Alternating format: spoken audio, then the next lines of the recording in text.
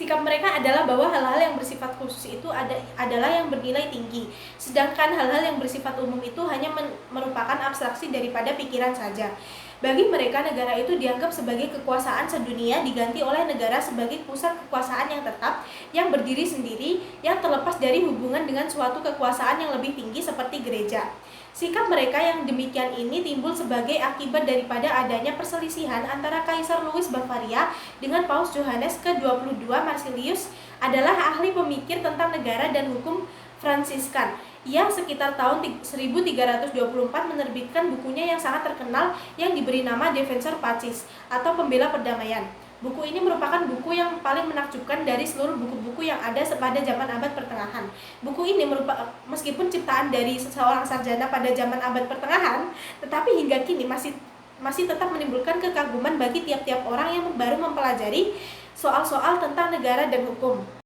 Hal ini disebabkan karena keberaniannya serta pikiran-pikiran modernnya yang terdapat di dalam buku tersebut. Buku ini terdiri dari 3 bagian yang disebut Dictiones. Buku yang pertama menguraikan tentang dasar-dasar negara. Buku yang kedua membentangkan dasar-dasar gereja dan sifat-sifat hubungan antara negara dengan gereja. Sedang buku ketiga hanya memuat kesimpulan-kesimpulan saja. Mengenai ajarannya tentang kenegaraan, Marsilius sangat dipengaruhi oleh ajaran Aristoteles. Negara adalah suatu badan atau organisme yang mempunyai dasar-dasar hidup dan mempunyai tujuan tertinggi, yaitu menyelenggarakan dan mempertahankan perdamaian. Dengan demikian, Marsilius bersama-sama dengan Dante adalah yang pertama-tama memberikan tujuan tersendiri pada negara. Ajaran dari Marsilius ini untuk selanjutnya adalah sangat berbeda dengan ajaran-ajaran dari Augustinus dan Thomas Aquinas. Karena dalam ajaran Marsilius nampak benar peranan orang atau individu dalam pembentukan negara atau masyarakat. Menurut Marsilius, terbentuknya negara itu tidaklah semata-mata karena kehendak Tuhan atau karena kodrat Tuhan, melainkan negara itu terjadi karena perjanjian daripada orang-orang yang hidup bersama untuk menyelenggarakan perdamaian. Sedangkan kalau menurut Augustinus, Tuhan adalah merupakan pokok pangkal daripada segala sesuatu. Jadi juga tentang adanya negara. Dan kalau menurut ajaran Thomas Aquinas, meskipun masih juga berpokok pangkal pada Tuhan, namun sudah mulai muncul faktor baru, yaitu manusia yang sifatnya masih samar-samar. Jadi dari ajaran Marsilius tentang terjadinya negara-negara itu telah terlihat dasar-dasar daripada perjanjian masyarakat yang merupakan lanjutan dari ajaran Epicurus yang telah meletakkan benih-benihnya. Dalam perjanjian itu, menurut Marsilius, rakyat menunjuk seseorang yang diserahi untuk memelihara perdamaian, dan terhadap orang-orang yang mereka tunjuk ini mereka saling menundukkan diri. Jadi mereka itu selain mengadakan perjanjian untuk membentuk negara juga berjanjian untuk menundukkan diri. Inilah yang disebut perjanjian penundukan atau factum subjectionis. Bagaimanakah sifat penundukan itu? Apakah tunduk sepenuhnya secara mutlak terhadap segala sesuatu yang diperintahkan oleh penguasa atau pemerintah atau orang yang mereka tunjuk itu, ataukah hanya tunduk terhadap penyelenggaraan kekuasaan yang mereka berikan kepadanya? Menurut Marsilius, factum subjectionis ini ada 2 macam, yaitu 1. Bila penundukan itu sifatnya terbatas pada apa yang dikehendaki oleh rakyat, maka kekuasaan penguasa atau raja hanya untuk menyelenggarakan atau menjalankan kekuasaan dari rakyat yang sifatnya hanya eksekutif. Raja tidak boleh dan tidak wewenang menentukan peraturan atau undang-undang. Yang menciptakan atau yang membuat peraturan dan undang-undang itu adalah rakyat sendiri. Penyerahan kekuasaan atau sifat penundukan yang demikian ini disebut concessio. 2. Sedang kalau rakyat itu secara mutlak tunduk kepada penguasa atau raja yang mereka pilih itu, dan hak untuk membuat peraturan atau undang-undang itu ada pada tangan raja, maka kekuasaan yang mereka serahkan kepada raja itu tidak hanya bersifat eksekutif, melainkan juga bersifat konstitutif. Penyerahan kekuasaan yang demikian ini disebut translatio. Yang terakhir inilah yang dianut oleh kaum glossatoren, yaitu orang-orang yang menyisipkan dan yang menambah hukum yang lama dengan hukum yang baru. Karena dengan demikian hukum dapat berkembang dan dapat disesuaikan dengan kebutuhan massa. Jadi demi kepentingan hukum menurut kaum glossatoren, factum subjectionis harus bersifat translatio. Sedangkan menurut Marsilius, kekuasaan negara yang tertinggi itu ada pada tangan rakyat. Jadi kedaulatan itu ada pada rakyat, sebab rakyatlah yang berhak membuat peraturan-peraturan hukum atau undang-undang. Hal ini disebabkan karena negara itu merupakan kesatuan dari orang-orang yang bebas, yang merdeka. Jadi, tidaklah mungkin seseorang itu menguasai orang lain secara mutlak. Jadi, perimbangan antara kekuasaan rakyat dengan kekuasaan raja adalah rakyat yang berdaulat, raja yang melaksanakan kedaulatan rakyat. Jadi, dengan demikian yang dianut Marsilius adalah faktum subjeksiones yang bersifat konsesio. Seolah-olah dalam ajaran Marsilius ini unsur ketuhanan telah dilepaskan, tetapi dalam uraian-uraian selanjutnya ajarannya masih ada sifat teokratisnya, yaitu meskipun ia mengatakan bahwa terjadinya negara itu karena perjanjian, dengan faktum subjeksiones orang-orang itu membentuk suatu pemerintahan, tetapi orang-orang dapat mengadakan perbuatan yang demikian itu karena atas dorongan atau atas ilham dari Tuhan. Jadi seakan-akan Tuhan itu dari jauh mempunyai pengaruh, dan pengaruh inilah yang menyebabkan orang-orang tadi mengadakan perjanjian. Maka menurut Marsilius, Tuhan itu merupakan sebab yang jauh atau causa remota daripada terbentuknya negara. Sekarang bagaimanakah hubungan antara negara dengan gereja? Menurut ajaran Marsilius, kalau Augustinus mengatakan bahwa yang dikehendaki itu adalah kerajaan Tuhan, dan negara itu hanya merupakan alat saja daripada gereja untuk membasmi musuh-musuh gereja demi terlaksananya cita-cita itu. Dan kalau menurut pandangan Thomas Aquinas, negara dan gereja berkedudukan sama. Dan di sini ada kerjasama antara negara dan gereja, hanya saja lapangannya berbeda. Negara dalam lapangan keduniawian, gereja dalam lapangan kerohanian. Maka Marsilius telah mengadakan pemisahan yang tegas antara negara dan gereja. Dan dengan tegas dikatakan bahwa negara berkedudukan lebih tinggi daripada gereja. Oleh karena berdasarkan perjanjian antara orang-orang itu telah dibentak oleh suatu negara untuk menyelenggarakan perdamaian. Jadi negara itu adanya lebih dahulu daripada gereja. Lagi pula, negara itu dapat membuat peraturan-peraturan hukum atau undang-undang yang bersumberkan pada kekuasaan. Kekuasaan rakyat yang bersifat mengikat dan dapat menjatuhi sanksi kepada siapa saja yang melanggarnya. Sedangkan gereja tidak dapat berbuat yang demikian itu tadi. Jadi tegasnya negaralah yang lebih tinggi kedudukannya dan lebih berkuasa daripada gereja. Ajaran Marsilius tentang negara dan hukum ini yang diketemukan dalam abad ke-14 dalam banyak hal adalah sangat menarik perhatian. Oleh karena tidak adanya sedikit pun cita-cita besar dari zaman abad pertengahan, yaitu sedikit pun tidak mengenai adanya kerajaan dunia. Maka sebagai ganti daripada pandangan idealisme diciptakanlah pandangan realisme yang nanti banyak persamaannya dengan pandangan Rousseau. Dalam abad ke-18 dan monarki konstitusional dalam abad ke-19. Lebih menarik perhatian lagi adalah sifat keberanian dan sikap bebas daripada Marsilius, tidak saja terhadap gereja melainkan juga terhadap kekuasaan atasannya, yaitu Kaisar Louis. Ia sama sekali tidak membicarakan soal kekuasaan kaisar karena pendiriannya tentang negara adalah seperti pandangan Aristoteles, yaitu negara republik demokrasi. Namun sebagai akibat daripada ajaran Marsilius ini, terutama pandangannya tentang hubungan antara negara dengan gereja serta konsekuensinya dapat menimbulkan kekuasaan raja yang bersifat mutlak. Dalam arti di dunia ini tidak ada yang mengatasi dan kekuasaan ini dapat meliputi apa saja. Jadi sifat mutlaknya itu baik dalam tingkatannya maupun mengenai luasnya, maka lalu timbul sistem-sistem pemerintahan yang sifatnya absolut. Keabsolutannya itu dapat sedemikian rupa sehingga kalau dahulu pada zaman abad pertengahan raja itu terikat oleh ketentuan-ketentuan agama atau soal-soal etis, maka sekarang malahan raja itulah yang menentukan agama apa yang harus dianut oleh rakyatnya. Jadi kebebasan beragama boleh dikatakan sudah tidak ada lagi. Dengan timbulnya kekuasaan raja-raja yang absolut ini, yang mana raja tidak bertanggung jawab kepada siapapun kecuali kepada Tuhan, maka lalu timbul penyalahgunaan kekuasaan antara lain pengekangan dalam hal kepercayaan. Maka tidaklah heran kalau kemudian timbul gerakan-gerakan baru yang menentangnya, tetapi aliran atau gerakan ini tidak bermaksud menghapuskan raja-raja. Jadi bukanlah anti raja, mereka itu hanya anti kekuasaan raja yang bersifat absolut. Karena ini mesti selalu menimbulkan ekses, jadi ekses inilah yang mereka tentang.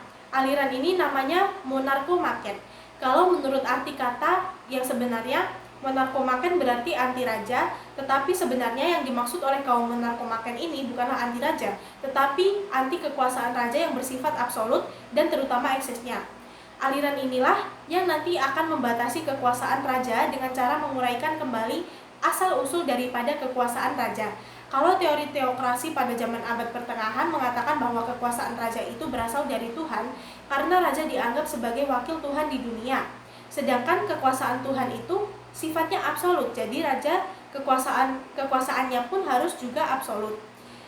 Maka aliran monarkomaken ini lalu mencari dasar-dasar baru bagi kekuasaan raja. Tetapi sebelum membicarakan aliran monarkomaken ini lebih lanjut, baiklah dibicarakan terlebih dahulu zaman berikutnya, yaitu zaman Renaissance. Karena akibat dari ajaran-ajaran yang ada pada zaman ini kiranya akan sama dengan akibat daripada ajaran Marsilius. Tadi, yaitu pembentukan tentang sistem pemerintahan sentral dan mutlak pada negara yang juga mengakibatkan timbulnya kekuasaan mutlak pada raja. Jadi tegasnya dari ajaran Marsilius dan akibat dari ajaran sarjana-sarjana pada zaman Renaissance adalah sejajar, yaitu timbulnya absolutisme. Dan ini nanti yang menimbulkan kaum monarkomaken dan kaum reformasi. Zaman Renaissance abad ke-16, benih-benih dari zaman Renaissance ini sesungguhnya telah terdapat pada akhir zaman pertengahan bagian yang kedua. Akhir zaman pertengahan sesudah perang salib, jadi zaman Renaissance ini dimulai pada kira-kira pertengahan abad pertengahan bagian yang kedua sampai pada akhir abad ke-16. Pandangan hidup dan ajaran tentang negara dan hukum pada zaman pertengahan sangat berbeda dengan pandangan hidup dan ajaran tentang negara dan hukum pada zaman Renaissance. Sebab pandangan hidup pada zaman abad pertengahan adalah bersifat universalistis, dalam arti orang menganggap dirinya sebagai bagian daripada dunia Kristen yang umum. Segala kehidupan dipersiapkan untuk menghadapi kehidupan yang langgeng, yaitu kehidupan di dunia akhirat. Ajaran-ajaran tentang negara dan hukum tidak mempunyai kepribadian sendiri karena ditentukan oleh pandangan yang teologis. Akan tetapi mulai abad ke-12 terjadilah perubahan-perubahan karena filsafat nominalistis telah memutarbalikkan hubungan antara hal yang umum dan hal yang khusus. Dan mulai saat itu pula perhatian terhadap penghidupan di dunia ini mulai bertambah besar. Segala sesuatu yang berhubungan dengan kehidupan manusia mulai berkembang. Akal manusia mulai menjiwai kehidupan, maka apabila dahulu sikap menerima itu dianggap sebagai kebajikan yang tertinggi, sekarang pada zaman Renaissance hasil perseoranganlah di mana orang lain tidak dapat melakukannya, mendapatkan pujian dan penghargaan yang tertinggi. Maka kemudian orang berlomba-lomba untuk mendapatkan kedudukan atas sebagaimananya, meskipun dengan akal yang licik tetapi tetap ditempuhnya. Demikianlah sebenarnya bahwa pandangan hidup dan ajaran-ajaran tentang negara dan hukum pada zaman Renaissance ini sangat dipengaruhi oleh berbagai-bagai paham pengaruh itu sedemikian kuatnya sehingga dapat merubah dan membelokkan pandangan hidup dan ajaran-ajaran tentang negara dan hukum yang ada pada waktu itu. Paham-paham yang mempengaruhi itu antara lain: 1. Berkembangnya kembali kebudayaan Yunani kuno. Jadi pengaruh kebudayaan Yunani kuno, pengaruh ini timbul karena terjadinya perang salib. Kalau pada zaman abad pertengahan segala sesuatu itu harus tunduk kepada kodrat Tuhan atau kehendak Tuhan, orang tidak boleh berpikir sendiri-sendiri untuk menentukan bagaimana ia harus hidup, karena yang menentukan segala-galanya itu adalah pemimpin-pemimpin negara atau pemimpin-pemimpin gereja. Sebab para pemimpin itulah yang dianggap sebagai wakil dan Tuhan di dunia ini. Maka sesudah perang salib karena akibat dari kebudayaan Yunani tadi, terutama ajaran Aristoteles, masuklah unsur rasio dan orang mulai berpikir secara rasional. Pengaruh ini aksesnya adalah sangat buruk karena sebagaimana biasanya semua orang atau paham baru itu adalah sangat menarik dan mudah ditiru. Maka demikian juga halnya dengan peniruan kebudayaan Yunani kuno itu, sehingga akhirnya orang sangat berlebih-lebihan dan sangat mendewa-dewakan kebudayaan Yunani kuno. Sedangkan norma-norma agama dilepaskan sama sekali. Hal ini menyebabkan moral mulai merosot dan timbul pandangan yang individualistis. 2. Paham kedua yang mempengaruhi keadaan zaman Renaissance adalah sistem feodalisme yang berakar pada kebudayaan Jerman kuno. Sistem ini mempengaruhi Romawi Barat sebagai akibat ditaklukkannya Romawi Barat oleh bangsa Jerman. Sistem feodalisme ini menimbulkan kekacauan dan perpecahan daerah. Untuk mengetahui sebab-sebabnya harus menyelidiki terlebih dahulu apa yang dimaksud dengan sistem feodalisme itu dan apa dasarnya. Yang dimaksud dengan sistem feodalisme dalam lapangan ketatanegaraan ialah bahwa dalam susunan ketatanegaraan itu dikenal adanya hak pribadi. Jadi dasarnya itu ialah bahwa hukum itu mempunyai sifat kepribadian. Ini berarti bahwa mereka yang kehilangan haknya menjadi tugas pemilik itu sendiri untuk mendapatkan kembali haknya. Begitu pula daerah juga merupakan kepribadian, dan dalam hal ini yang penting adalah bahwa negara adalah merupakan hak milik pribadi daripada raja. Para bangsawan, apalagi rakyat jelata, tidak mempunyai hak apa-apa, terutama dalam susunan ketatanegaraan. Tetapi dalam waktu negara mengalami bahaya, peperangan, misalnya kaum bangsawan itu dan juga rakyat biasa harus selalu memberikan bantuannya kepada raja berupa apapun, maka nanti kepada mereka yang berjasa. Raja memberikan hadiah yang berupa pinjaman sebidang tanah. Pemberian hadiah itu dengan sesuatu perjanjian bahwa sebagian daripada hasilnya harus diserahkan kepada raja sebagai suatu pajak atau merupakan suatu tanda bahwa mereka itu adalah bawahan raja. Orang-orang yang mendapatkan hadiah tanah itu disebut linmen, sedangkan raja yang meminjamkan tanah itu disebut linher atau tuan rumah. Hubungan antara linher dengan linmen ini semula adalah baik. Linher semula adalah rajin berkeliling ke tempat-tempat linmen, atau sebaliknya linmen yang sering berkunjung ke tempat linher. Tetapi lama-kelamaan hubungan ini menjadi renggang dan akhirnya malah terputus sama sekali. Maka setelah putusnya hubungan ini, para linmen yang menjadi berkuasa di daerah-daerah tersebut, kekuasaan ini makin lama makin menjadi kuat. Kedudukan raja tergantung pada bantuan dan dukungan para linmen. Akhirnya kekuasaan raja semakin berkurang dan malahan habis sama sekali. Keadaan demikianlah dipergunakan sebaik-baiknya oleh para linmen untuk memproklamasikan dirinya sebagai raja. Demikianlah timbullah raja-raja kecil dan mereka ini saling berebutan kekuasaan. Keadaan inilah yang menimbulkan kekacauan dan perpecahan daerah negara. Hal-hal tersebut di atas itulah yang kemudian menyebabkan para sarjana kenegaraan pada zaman Renaissance itu selalu berusaha untuk memikirkan atau mengadakan konsepsi-konsepsi tentang sistem pemerintahan sentral dan mutlak pada negara atau absolutisme. Sedang tujuannya adalah untuk menghentikan perang perebutan kekuasaan yang selalu menimbulkan kekacauan itu. Banyaklah kiranya negara yang terjerumus ke dalam keadaan ini. Italia misalnya telah mengalami keadaan ini semenjak pada pertengahan abad ke-13. Proses mana berjalan terus semenjak raja-raja Jerman lenyap dari Italia dan akhirnya memuncak pada abad ke-16, maka mulai saat itu masalah kenegaraan menjadi hangat dan sangat menarik perhatian. Masalahnya ialah bagaimana kekacauan dan perebutan kekuasaan itu dapat diakhiri dan diganti dengan suatu keterlibatan.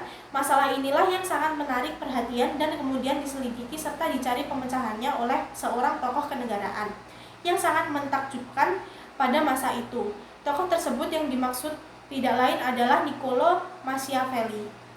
1.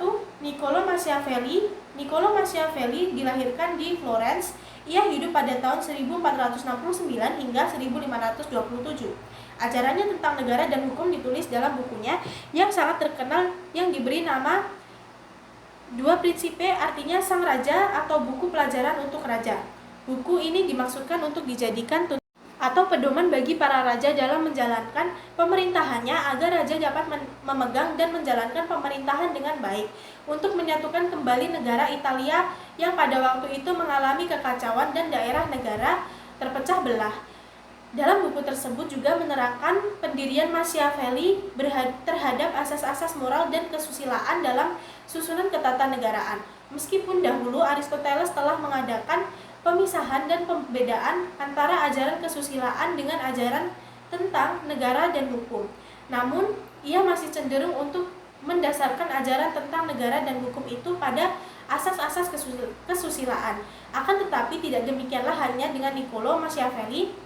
Ia menunjukkan dengan terang dan tegas pemisahan antara asas-asas kesusilaan dengan asas-asas kenegaraan, yang berarti bahwa orang dalam lapangan ilmu kenegaraan tidak perlu menghiraukan atau memperhatikan asas-asas kesusilaan orang. Bahkan negara kepentingannya akan merugikan kepentingannya apabila tidak berbuat demikian.